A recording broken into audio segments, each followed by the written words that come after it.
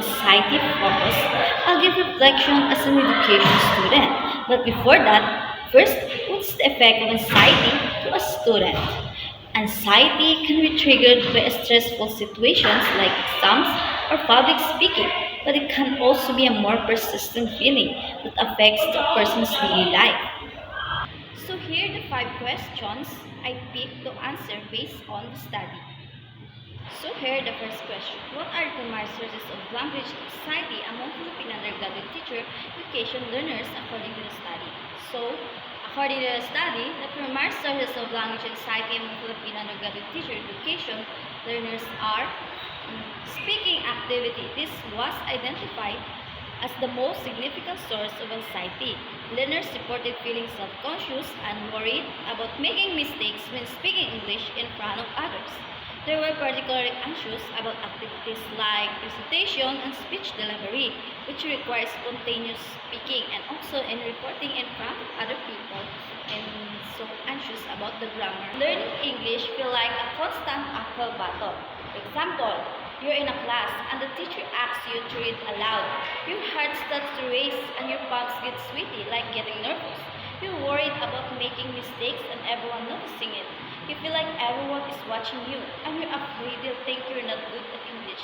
That speaking anxiety is the fear of being judged when trying to speak a new language. Remember that making mistakes is the part of the learning process. It's how we grow and improve.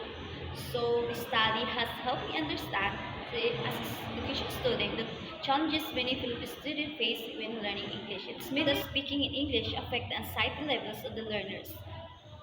Provide an example, okay? Source of English language cited under the Filipino teacher education learners based on page 3.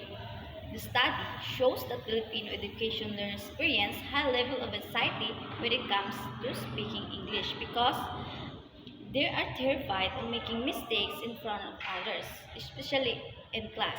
They worry about being laughed at or judged, so they often avoid speaking up and also getting corrected. Some students are very sensitive to corrections, whether it's during activities or written work. They fear appearing incompetent and being seen as a bad at English. Examples when it comes to recitation and speech delivery. Learners actively avoid activities like recitation and speech delivery because it requires spontaneous speaking, which makes them feel vulnerable and embarrassed, especially if she's not fluent in English and also doesn't believe of her self-capacity. Study has helped me understand the challenges that many Filipino students face when learning. It's made me realize that I need to be more supportive and encouraging to create a safe space where students can practice and make mistakes without fear of judgment. And also, I'm the one of the students who experiences and I want to overcome my fear also. Number 3, the study mentions negative self-perception as a source of moderate anxiety. How does this perception impact language learning? So, the study mentioned negative self-perception as so according to them, learning a new language is a journey of self-discovery, but for many learners, it can also be a journey of self-doubt. The study reveals that negative self-perception is a significant source of anxiety for Filipino students pursuing teacher education. That's personal experiences can have a detrimental impact on language learning, hindering progress. This anxiety is triggered by the immediate act of speaking in front of others, driven by the fear of making mistakes in the moment. Example, a student might avoid participation in group discussion because they believe they will make too many mistakes by being judged by their classmates. Especially if you're getting nervous, you can control your emotions. You cannot handle fluently what you're speaking. And a student might refuse to write an essay because they are convinced they lack the vocabulary and reading skills and grammar skills to produce a good piece of writing. Here, capability and belief in yourself are low. So learning new language is a journey. It's okay to have ups and downs. Remember, you are capable and with time and effort, you can achieve your language and learning goals. The study reminds me that it's important to help students believe in themselves. Number 4, how do error correction and communicating with English speakers contribute to high levels of anxiety? This the question of this is based on the discussion in page 3 of the research article.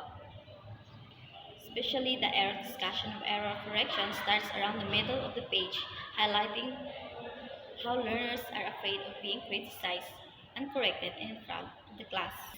So let's express like fear of judgment. Learners are often deeply afraid of being corrected, especially in front of class. They are feared that their mistakes will be seen as a sign of incompetence, leading to feelings of shame and embarrassment of their classmates and making a laugh of them. The fear can be exacerbated by a cultural emphasis on avoiding mistakes and appearing competent. And also, example, a student is presenting a project in English. They stumble over a word and the teacher corrects them in front of the class. The, the student feels embarrassed and self-conscious. Even the teacher's correction was gentle and getting angry to them. This experience can make them hesitant to speak in the class and her confidence are getting low and not believe in herself. The next time they can be more better for her English. Her confidence are getting low because there are some students are sensitive of being correction. Question number 5. Why is speaking anxiety identified as a significant predictor of the English proficiency? Paragraph, simple progression analysis revealed that foreign language anxiety is the significant predictor of the English proficiency. However, analysis of the specific sources of anxiety using multiple regression analysis identifies speaking activities anxiety as the only significant predictor of English proficiency. It's a paragraph. So, this study called Language Anxiety and Focus really opened my eyes to how powerful this fear of speaking English can be. It's not just about making mistakes. It's about feeling like you're going to be judged, like you're going to fail, or like you're not good enough.